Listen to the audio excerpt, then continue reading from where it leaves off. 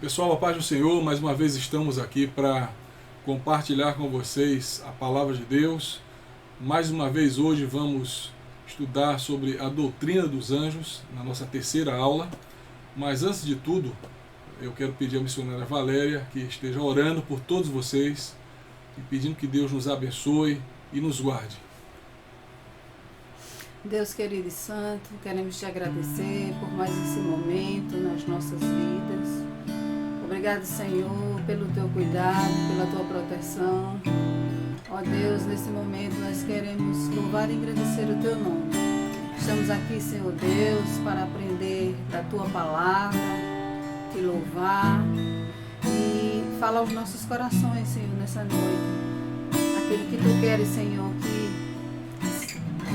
que aprendamos nessa noite para levarmos a tua palavra àqueles que não te conhecem, Senhor. Tu és poderoso, tu és santo, e nesse momento difícil, Senhor, das nossas vidas, nós sabemos que tu tens cuidado de nós. Toda honra e toda glória sejam dadas a ti. Ó Pai, guarda as nossas casas, as nossas famílias, os teus filhos, Senhor, a tua igreja. Em nome de Jesus. Amém.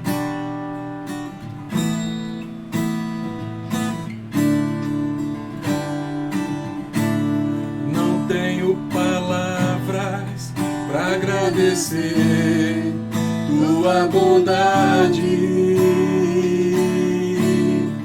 dia após dia tu me cercas com fidelidade. Nunca me deixes esquecer de tudo que tenho, de tudo que sou. O que vier a ser, vem de ti, Senhor. Dependo de ti, preciso de ti. Sozinho nada posso fazer. Descanso em ti, espero em ti. Sozinho nada posso fazer. Nunca me deixes esquecer de tudo que tenho, tudo que sou, e o que vier a ser, vem de ti, Senhor. Amém. Nós temos promessas do Senhor e temos que continuar crendo que em toda e qualquer situação Deus está nos guardando.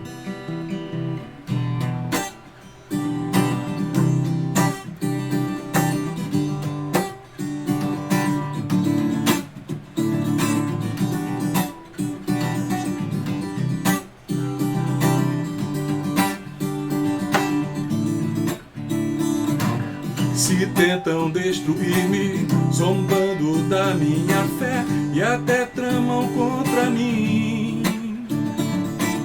Querem entulhar meus poços, querem frustrar meus sonhos e me fazer desistir.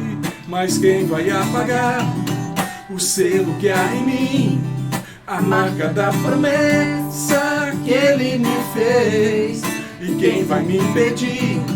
Se decidido estou, pois quem me prometeu é fiel pra cumprir. O meu Deus nunca falhará. Eu sei que chegará minha vez, minha sorte Ele mudará diante dos meus olhos. Meu Deus, o meu Deus nunca falhará. Eu sei que chegará minha vez, minha sorte Ele mudará diante dos meus olhos. Se tentam destruir-me, zombando da minha fé e até tramam contra mim. Querem entulhar meus poços, querem frustrar meus sonhos e me fazer desistir. Mas quem vai apagar o selo que há em mim?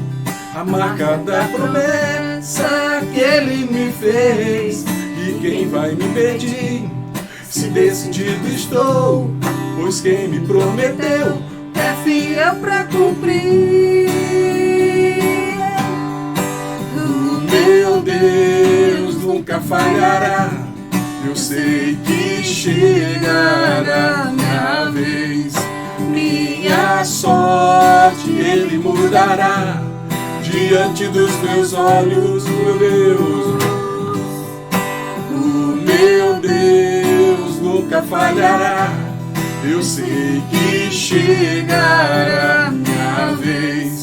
Minha sorte Ele mudará diante dos meus olhos.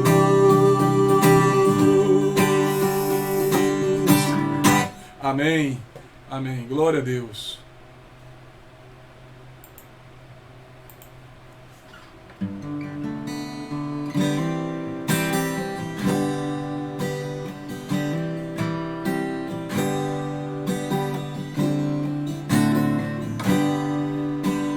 Quando o meu eu e o meu orgulho descer comigo e se misturar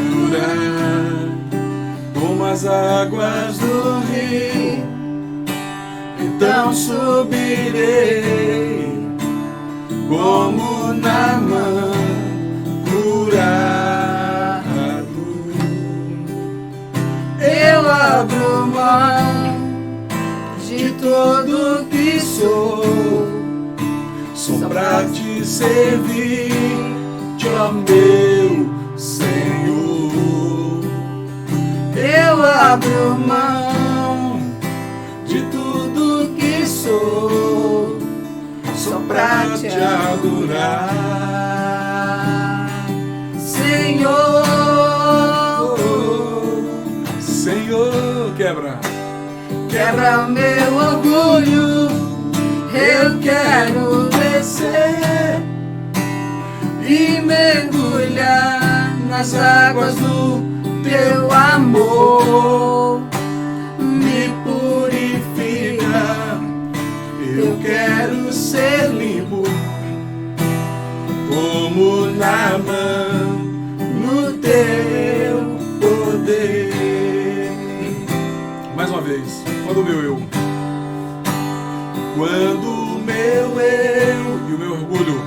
e o meu orgulho descer comigo e se misturar como as águas do rio, então subirei como Naamã curado. Eu abro mão de tudo que sou, só pra te servir, ó meu Senhor. Eu abro mão de tudo que sou, só pra te adorar, Senhor, Senhor, Senhor. Quebra o meu orgulho, eu quero descer e mergulhar nas águas do teu amor. Me purificar, eu quero ser limpo como Naamã no teu poder, Senhor, Senhor. Quebra o meu orgulho, eu quero descer e mergulhar nas águas do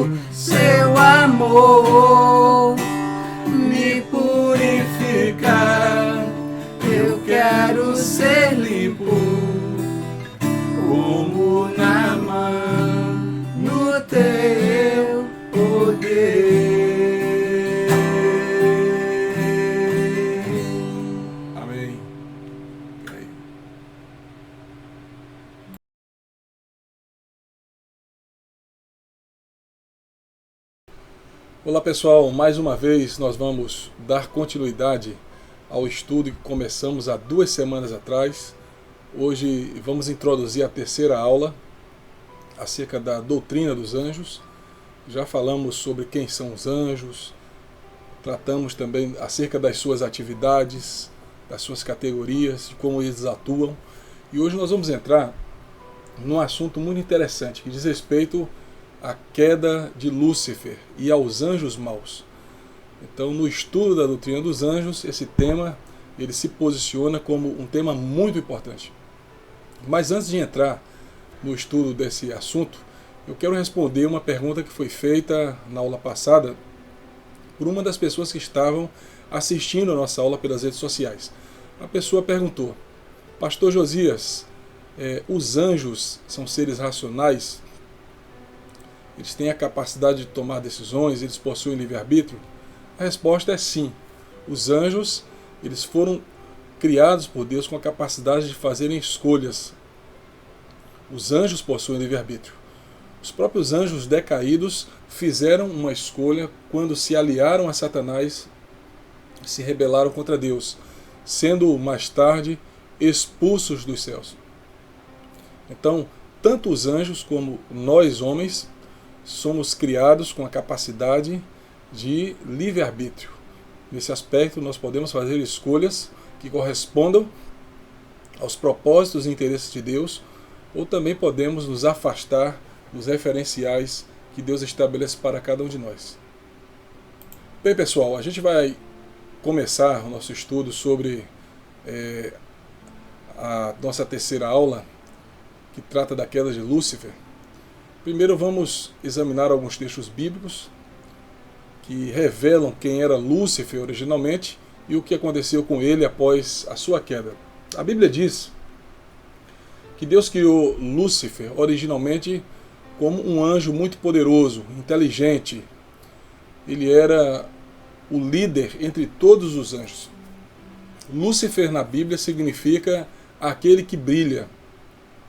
Originalmente, Lúcifer era um anjo bom e também podia fazer suas próprias escolhas. Ele tinha também o livre-arbítrio.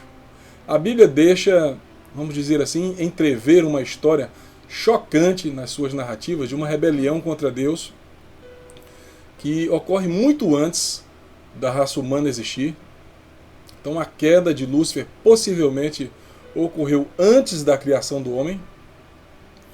E é esse fato que acontece na história cósmica da origem do universo que pode explicar também o surgimento do mal, o porquê da existência no mal, no universo e também na criação.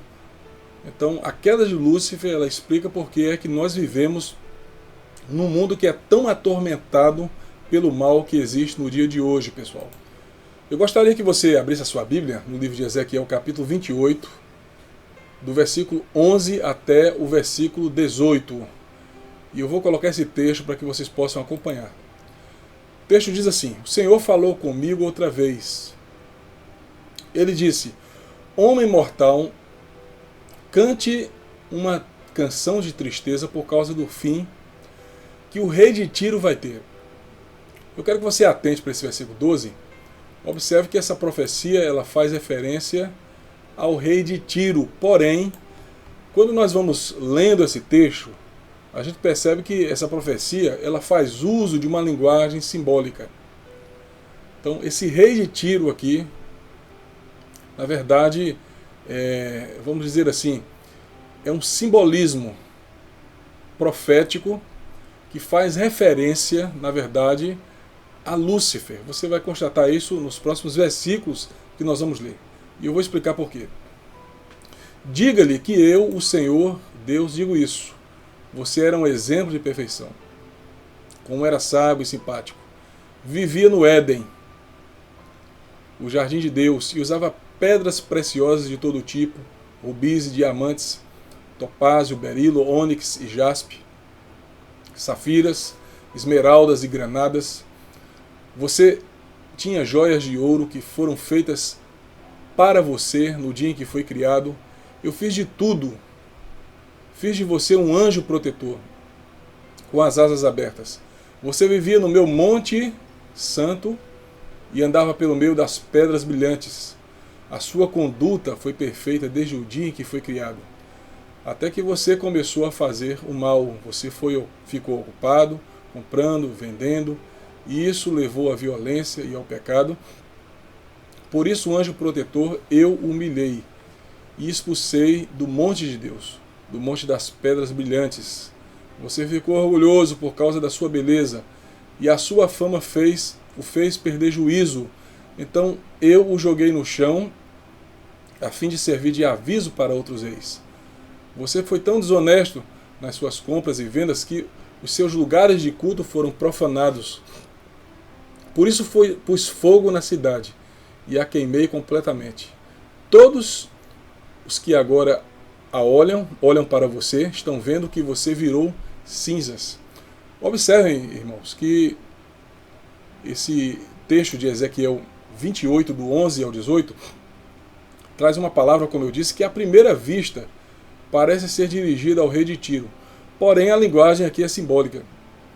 Se você faz uma leitura mais atenta desse texto, você vai perceber que o personagem central dessa história não pode ser o rei de Tiro.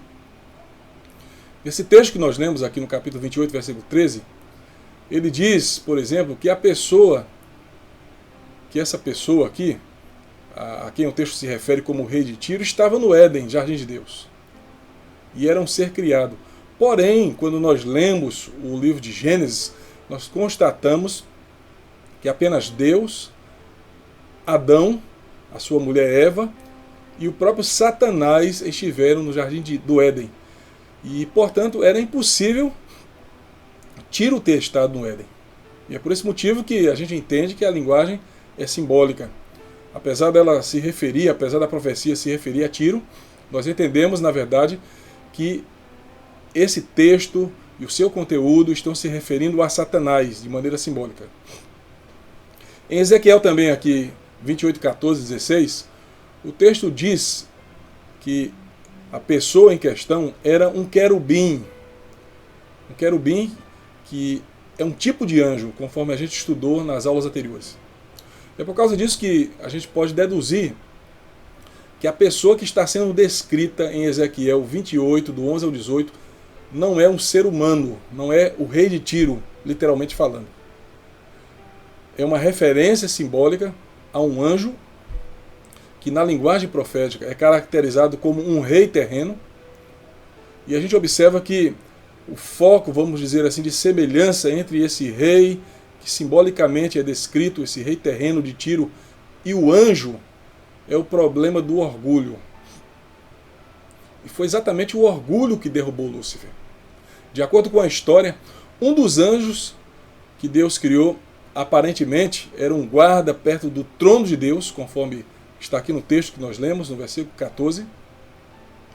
Esse anjo foi criado muito belo e sábio. Satanás tinha essas qualidades, mas o texto também diz, no versículo 7 desse capítulo, que ele se corrompeu. Em seu orgulho ele se corrompeu. Então o orgulho foi o princípio da ruína de Satanás. No Novo Testamento, quando nós avançamos mais pelas páginas da Bíblia, nós vamos constatar que o Espírito Santo, ele revelou também pelo apóstolo Paulo em 1 Timóteo, capítulo 3, versículo 6, que a queda e condenação de Satanás foram resultados de sua presunção, de sua soberba, de sua arrogância. A gente vê isso nesse texto, 1 Timóteo 3,6, que diz assim: o bispo não deve ser alguém convertido há pouco tempo. Se for, ele ficará cheio de orgulho e será condenado como o diabo foi. Então observem que esse texto ele faz uma referência a lideranças que Deus constituiu sobre a igreja, as igrejas que estavam sendo supervisionadas pelo apóstolo Paulo. Porém, o texto também faz menção a Satanás, dizendo que se o bispo for alguém neófito, alguém novo na fé, alguém sem experiência, e se essa pessoa se orgulhar, ela será condenada como Satanás for por incorrer no mesmo pecado que ele. Então, quando nós reunimos todos estes dados, todas essas informações que estão em Ezequiel capítulo 28, do versículo 11 até o versículo 18, nós concluímos que o texto simbolicamente se refere a Satanás, apesar dele descrever Satanás como se fosse um rei terreno, a quem chama de Tiro. Então, como é que Satanás pôde ser consumido pelo orgulho? O texto também responde essa pergunta, em Ezequiel capítulo 28, versículo 13 e 17. O texto diz que ele começou a pensar sobre a sua grande beleza, sobre a sabedoria que Deus lhe dera quando o criou, e certamente Satanás começou a pensar mais em si mesmo do que em Deus. Ele ficou presunçoso. À medida que sua vaidade aumentava, ele certamente começou a adorar a si mesmo em vez de adorar a Deus. E a gente sabe que Satanás deseja de fato ser adorado, por exemplo, naquele encontro que ele tem com Jesus no deserto, em Mateus capítulo 4, versículo 1. O seu grande desejo era que Jesus o adorasse. Ele queria ser adorado como se fosse um Deus, e pelo próprio Filho de Deus. E ele é repreendido por Cristo. Então, parece que Satanás literalmente tinha enlouquecido quando ele, presunçosamente, ele planeja se tornar igual ou talvez maior do que o próprio Deus. E como consequência do seu orgulho, como consequência do seu desejo de receber para si mesmo a adoração, como consequência dele querer se colocar como criatura no lugar do Criador, ele é repreendido por Deus e expulso dos céus. Pessoal, há um segundo texto que eu acho muito interessante, e eu quero que você abra também a sua Bíblia, que está lá em Isaías, no capítulo 14, versículo 12 a 14. Que é também uma passagem que tem algumas semelhanças com o livro de Ezequiel, que nós lemos, capítulo 28, do 11 ao 18. Essa passagem, do mesmo modo que Ezequiel, ela é dirigida ao rei da Babilônia. Porém, a linguagem é simbólica, e ela tem um significado, uma interpretação mais profunda, que se aplica a Lúcifer. Eu gostaria de colocar esse texto aqui para vocês, para que vocês possam acompanhar a leitura, ok? O texto diz aqui, no versículo 12: Rei da Babilônia, brilhante estrela da manhã, você caiu lá do céu, você que dominava as nações, foi derrubado no chão. Antigamente você pensava assim: subirei até o céu e me sentarei no meu trono, acima das estrelas do céu. Reinarei lá longe, no norte, no monte onde os deuses se reúnem. Subirei acima das nuvens mais altas e serei como o Deus Altíssimo. Vocês observem que esse texto ele também traz revelações bem importantes. Isaías 14, 12 revela-se que uma pessoa identificada como Lúcifer, ele nos revela isso exatamente, esse texto, que é a estrela da manhã, que é o filho da alva, ele tem a ambição de dominar sobre todos os anjos e tornar-se como Deus. Esse texto ele traz mais uma informação importante, que Satanás, em seu orgulho, ele deseja ser semelhante a Deus ou igual a Deus, ou estar acima de Deus, e também ter domínio também sobre os exércitos celestiais do Senhor, sobre os anjos do Senhor. E parece nesse aspecto que há uma forte possibilidade de que Ezequiel 28, do 11 ao 18, Isaías 14, 12 a 14, nesse aspecto, esses textos falam da mesma criatura, do mesmo ser, que é Lúcifer. O que há de comum nesses dois textos? Os dois textos são simbólicos. Em um texto, Isaías 28, há uma referência ao rei de Tiro de forma simbólica, mas o texto, como eu disse, se aplica a Satanás.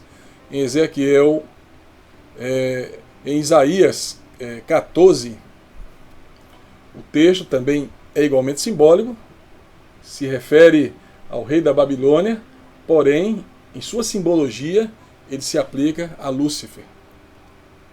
Então, meus amados, Satanás, com base na leitura desses textos, certamente ele pensou sobre a criatura magnífica e sábia que ele era, tão digno de adoração, tão digno também de exercer, certamente, a liderança como Deus exercia sobre os céus. Ele queria ter essa liderança tomada para si mesmo, uma liderança sobre os exércitos celestiais. Talvez ele se tenha perguntado por que os anjos de Deus não devessem adorar a ele em vez de a Deus. E se esse é o caso, Isaías ele revelou os pensamentos íntimos de Satanás quando descreveu que o anjo disse a si mesmo: acima das estrelas de Deus, acima dos anjos de Deus, colocarei o meu trono. Tornar-me-ei semelhante ao Altíssimo. Isso está lá em Isaías 14, 13 e 14.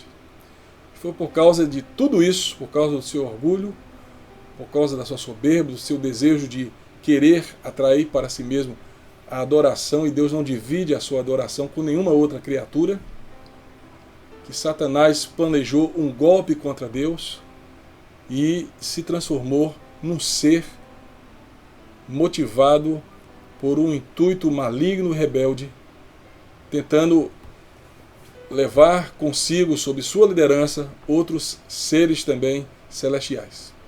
Outro texto interessante que nós vamos encontrar também na Bíblia, e importante, está lá no livro de Apocalipse, capítulo 12. Eu vou colocar esse texto para que vocês também acompanhem comigo a leitura. Isaías 12, 3, 4, 7, 9. Mas a gente vai ler do 1 até o 12, tá joia? Veja bem, então apareceu no céu um grande e misterioso sinal. Era uma mulher. Observe que a linguagem aqui é simbólica. Essa mulher aqui, ela tem duas representações simbólicas. No Antigo Testamento, nós entendemos que é uma referência ao povo de Israel. Então, simbolicamente, a profecia se refere no Antigo Testamento ao povo de Israel. No período da igreja, no período em que nós fazemos parte, nós que somos da igreja, a mulher aqui representa exatamente a noiva do Cordeiro de Cristo, a igreja do Senhor. Observe que essa mulher está vestida de sol, isso é uma referência à glória de Deus. Ela está, debaixo dos seus pés estava a lua, e ela usava na cabeça uma coroa de 12 estrelas. Observe que essa mulher, que simbolicamente ilustra no Antigo Testamento de Israel, ela está numa posição de honra, ela exala a glória de Deus. A igreja também exala a glória de Deus. Por isso que Jesus disse que nós somos a luz do mundo. Nós também fomos colocados num lugar muito especial, de primazia, num lugar de honra. A mulher, diz o versículo 2, estava grávida e gritava com dores de parto. Observe que essa mulher grávida simboliza também Deus trabalhando na história do povo escolhido dele, de Israel, de forma tal que através das sucessões de reis, dos profetas, de descendências e mais descendências, nascesse mais tarde, da descendência da mulher, a Jesus Cristo, que esmagaria a cabeça da serpente. Portanto, em toda a história do Antigo Testamento, Deus trabalhou de maneira tal, meus queridos, que o menino Jesus pudesse nascer no tempo certo, no tempo de cumprimento das profecias do Antigo Testamento. Veja o que o texto diz, que a mulher estava grávida e gritava com dores de parto, e apareceu no céu outro sinal. Era um enorme dragão vermelho, uma referência aqui a Satanás, com 7 cabeças, 10 chifres. Observe que Satanás aqui é descrito como um ser que tem governo. Os 10 chifres aqui simbolizam o poder que ele tem sobre reinos, sobre governos. É por isso que a Bíblia diz que o mundo jaz no maligno. Veja o que diz o versículo 4. Com a sua cauda ele arrastou do céu a terça parte das estrelas e as jogou sobre a terra. Esse texto ele faz menção de forma simbólica à grande rebelião que Satanás lidera nos céus, e ele arrasta sob sua liderança maligna, sob sua influência, a terça parte das criaturas celestiais, dos anjos. E todos eles são precipitados sobre a terra. Esses anjos que são lançados sobre a terra agora passam a ser conhecidos como demônios. Nós haveremos também de estudar sobre eles nas próximas aulas. Mas veja que o fim dessa rebelião terminou dessa forma. O Satanás sendo lançado sobre a terra, juntamente com a terça parte de anjos, que agora são anjos decaídos, são demônios que se tornam espíritos vagantes, espíritos perturbadores, que estão à procura de pessoas separadas da graça de Deus, para oprimi-las, para atormentá-las e muitas vezes até se apossar da consciência delas e lhes fazer mal.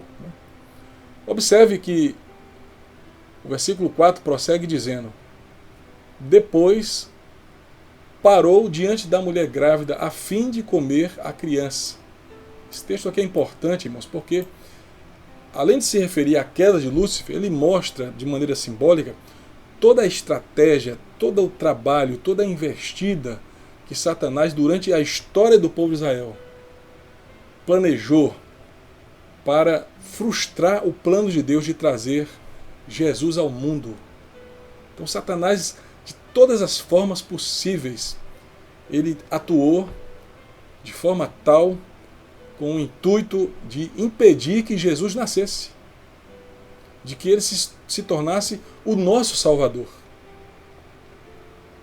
O versículo 5 prossegue dizendo que a mulher deu à luz a um filho que governará todas as nações com uma barra de ferro, mas a criança foi tirada e levada para perto de Deus em seu trono. Observe que isso aqui é tudo um resumo de coisas que aconteceram e que vão acontecer. A mulher deu à luz, Jesus nasceu, de fato, literalmente ele nasceu. Ele governará as nações. Eu acredito que o governo literal de Cristo ocorrerá no milênio, durante um período de 1000 anos, em que Jesus virá ao mundo para governar literalmente a terra, as nações, com vara de ferro. E durante um período milenar, ele estará presente com toda a igreja, com todos os fiéis, com os israelitas, com as tribos de Israel, todos aqueles que foram fiéis ao Senhor, tanto no período do Antigo Testamento, como também no período da igreja, todos estes estarão participando desse governo liderado literalmente por Cristo, de um governo mundial que ocorrerá. Mas esse é um tema para outro estudo. Observe que esse texto faz até referência de forma simbólica ao momento em que Jesus, após ressuscitar, ele é elevado aos céus. Ele faz uma referência à assunção de Cristo, que ocorre lá no livro de Atos.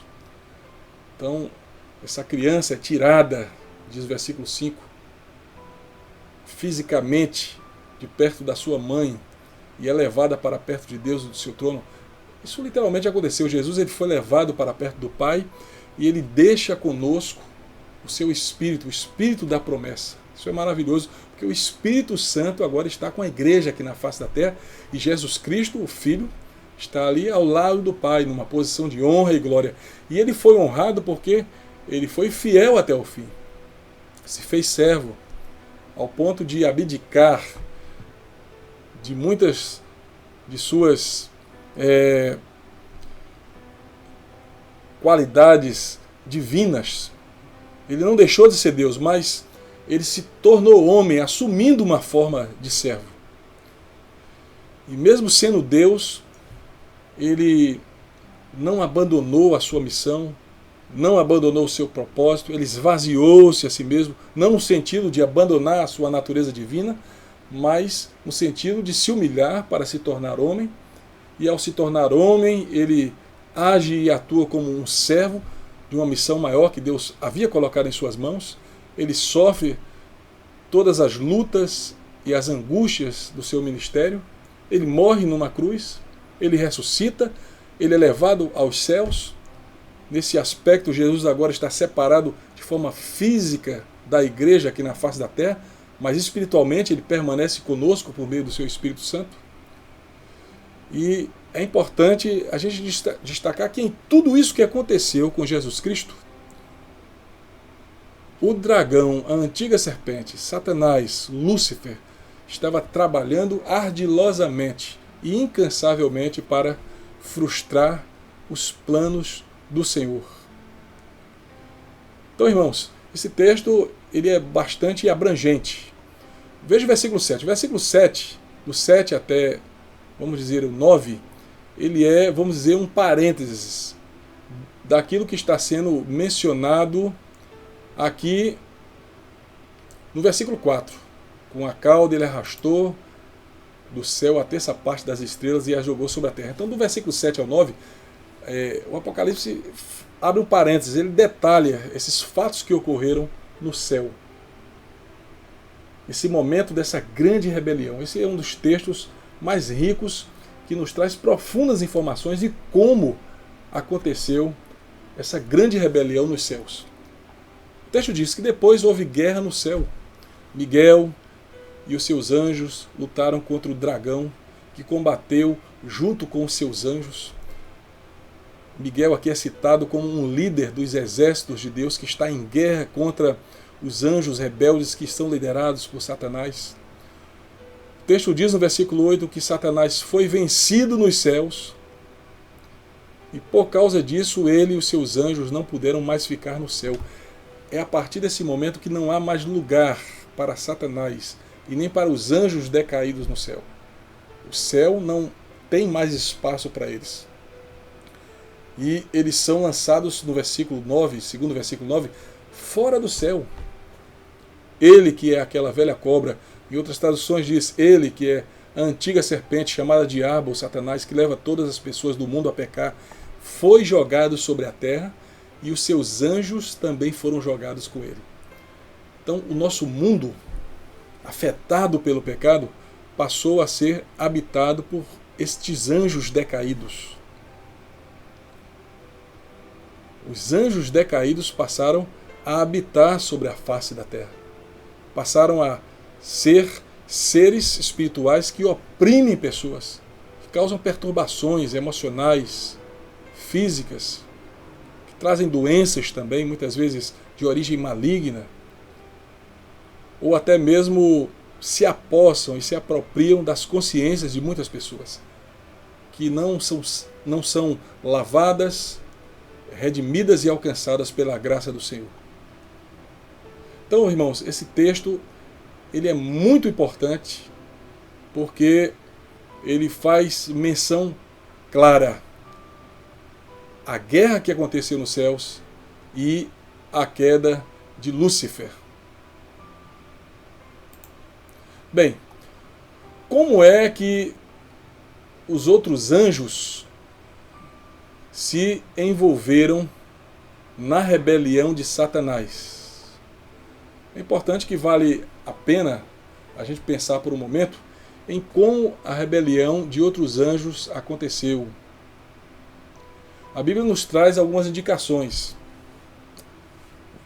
A Bíblia nos traz alguns textos que nos acrescentam mais algumas informações. Lá em 2 Pedro, capítulo 2, versículo 4, Judas 6 e Apocalipse 12, 4, ali diz que o dragão, ele arrastou, como já foi esclarecido, uma grande parte dos anjos com ele. Eles foram seduzidos pelo engano maligno. E a gente também constata que, em relação a esses textos, até mesmo os rabinos judeus mais antigos, eles identificam nessas passagens de Judas 6 e 2 Pedro 2,4 como eventos que estão sendo descritos ou estão relacionados, melhor dizendo, com Gênesis capítulo 6, versículo 1 e 4.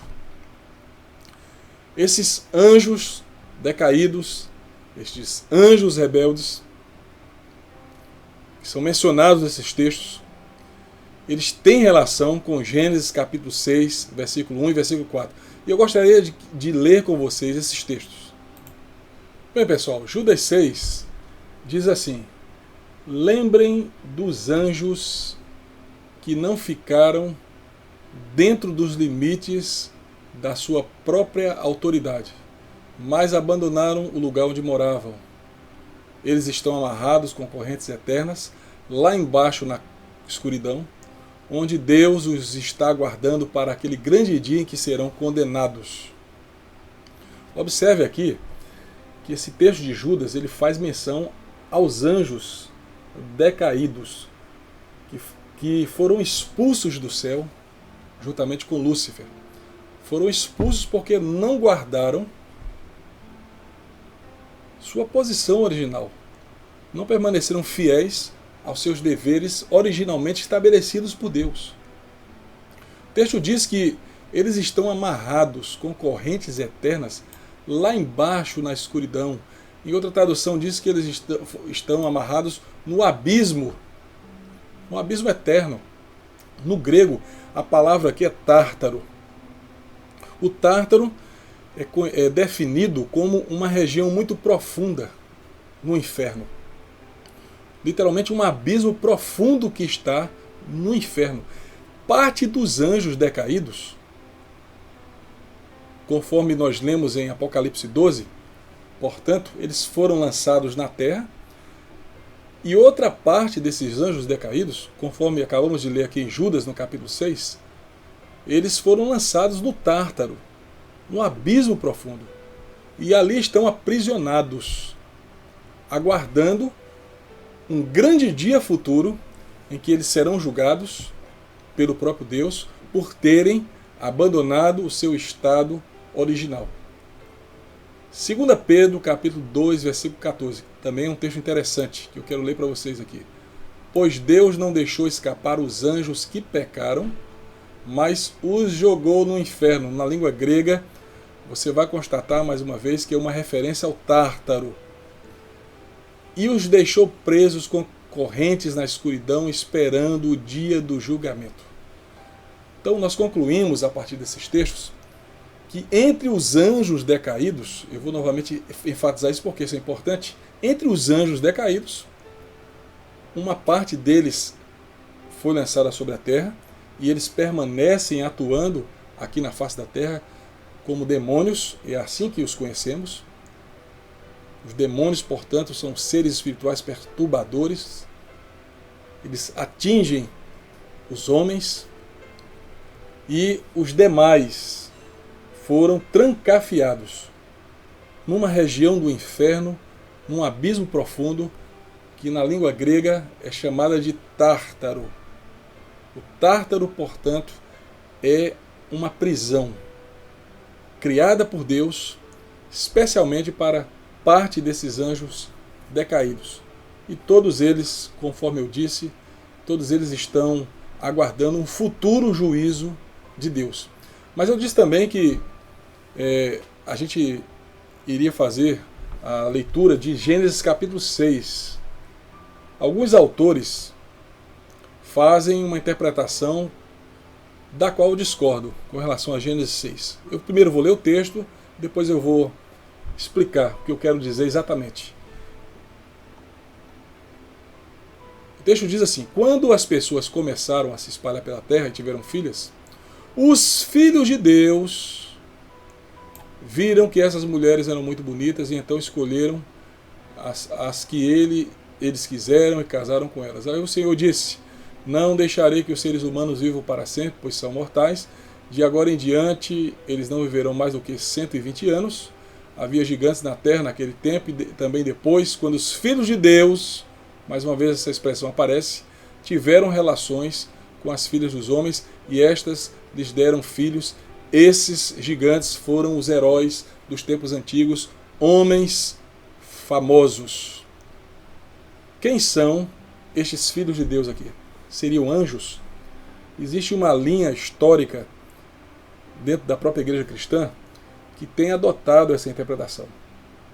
Eles afirmam que os filhos de Deus aqui são anjos decaídos que contraíram casamento com mulheres a quem eles acharam mulheres bonitas, de boa aparência.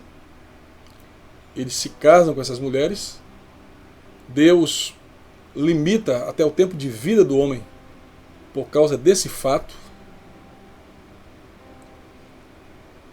Deus fica contrariado com isso que acontece. Essa união, segundo o texto, ela é responsável por produzir uma geração de gigantes, né? Os anaquins, se não me engano, esse é o termo, nós vamos encontrar no Antigo Testamento. Então essa geração de gigantes nasce a partir dessa união entre os filhos de Deus e as mulheres. Portanto, segundo essa tradução conservadora e histórica da Igreja Cristã, o texto aqui de Gênesis estaria fazendo menção à união entre anjos decaídos e mulheres.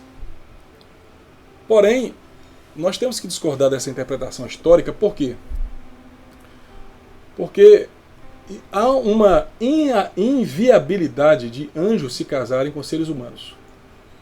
Quando Jesus foi questionado sobre a ressurreição por alguns líderes religiosos, Jesus disse que quando vier a ressurreição, entre outras coisas que ele diz, ele afirma que nós seremos como os anjos que não se casam e nem se dão em casamento. Portanto, meu querido, a partir das palavras declaradas por Jesus, os anjos não podem se casar, e nesse sentido nós também seremos como eles.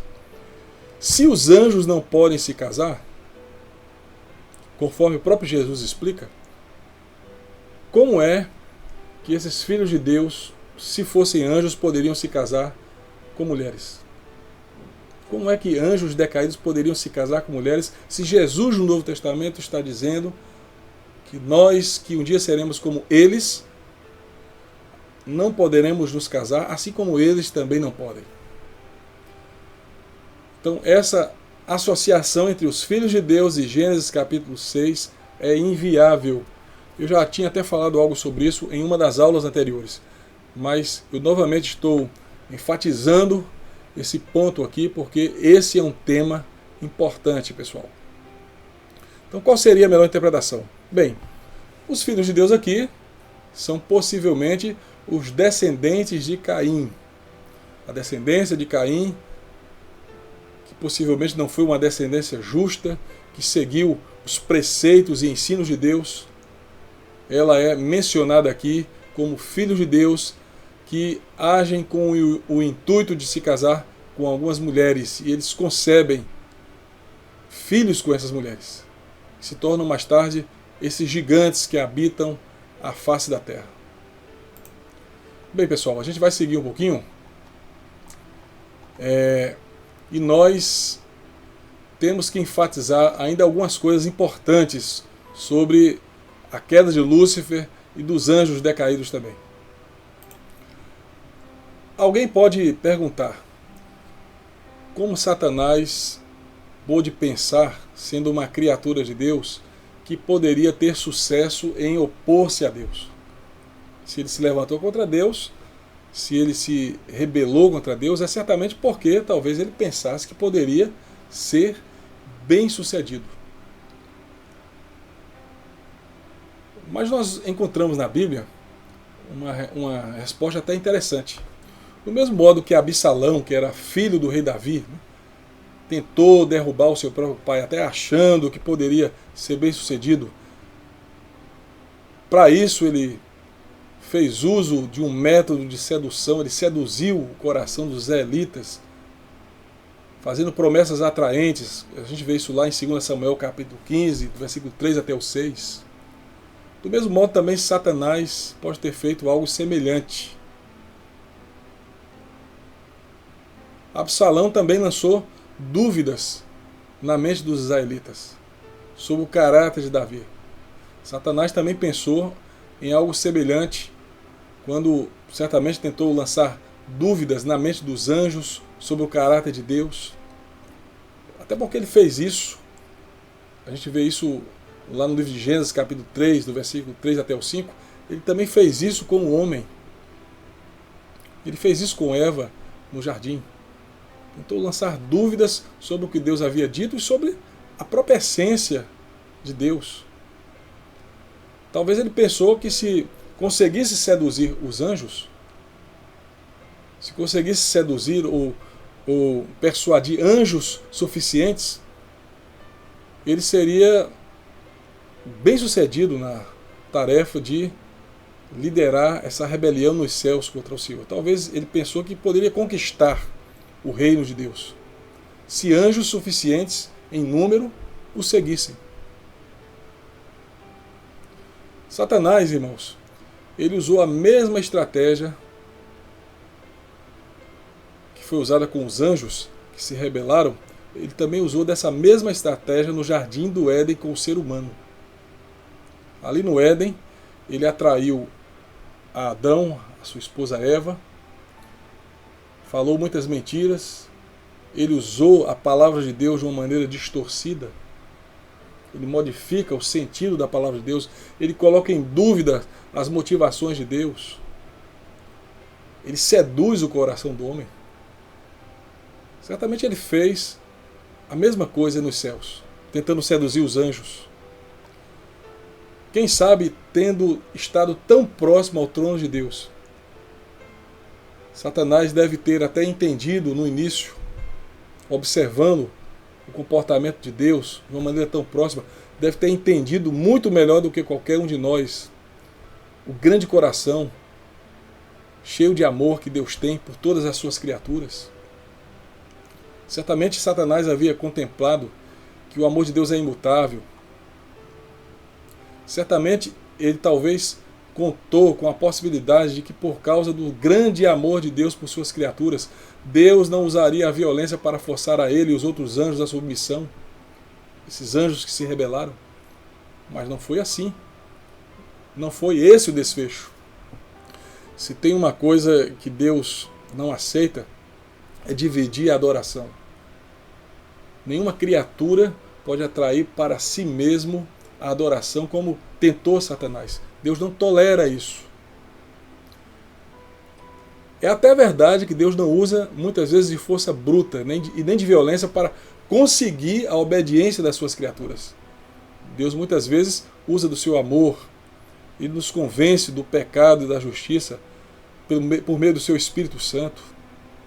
A sua graça, ela é irresistível, ela nos atrai de uma maneira tal que nós nos entregamos a Ele. Deus nos criou e Ele deseja que nós o amemos por livre e espontânea vontade. Deus sabe o que é bom para nós e Ele quer que nós lhe obedeçamos com voluntariedade de coração. Porém, meus queridos, do mesmo jeito que a desobediência traz consequências danosas para nós, ela trouxe consequências terríveis para o próprio Lúcifer, que perdeu a sua posição de honra. A desobediência tirou Lúcifer de sua posição de honra. E eu queria destacar nesse instante que a desobediência, ela tira a posição de honra de qualquer pessoa. Isso serve de lição para nós. Isso nos ensina que o caminho da obediência é o melhor propósito que nós podemos ter em nosso coração com relação a Deus. Portanto, meu querido, nós vamos terminar a nossa aula aqui, enfatizando que compensa obedecer a Deus e que a obediência atrai sobre nós grandes portas, maravilhosas portas que serão abertas pelo Senhor para as nossas vidas. E assim como Satanás perdeu a sua posição de honra por causa do pecado, não permitamos nós que as nossas escolhas ou os nossos pecados nos afastem da comunhão com o Senhor. Na próxima semana nós vamos continuar com os nossos estudos. Na próxima semana falaremos sobre quem são os demônios, como eles atuam. Estamos já chegando ao fim dessa série de estudos e pedimos a você que continue acompanhando esses estudos que estamos fazendo, que estão disponíveis, os anteriores estão disponíveis tanto no YouTube como no Facebook da Igreja do Betel Brasileiro do Geisel. E na próxima quinta, a partir das 7h30, estaremos já entrando na reta final dessa série. Ok, pessoal? Então que Deus abençoe a todos vocês. E eu quero, antes de finalizar essa transmissão, lembrar a todos que no domingo, a partir das 18 horas, estaremos transmitindo o nosso culto de celebração. Estaremos também fazendo uma homenagem a todas as mães. Então, no nosso culto, estaremos homenageando as mães de uma maneira muito especial. Que Deus abençoe vocês e até o nosso próximo encontro.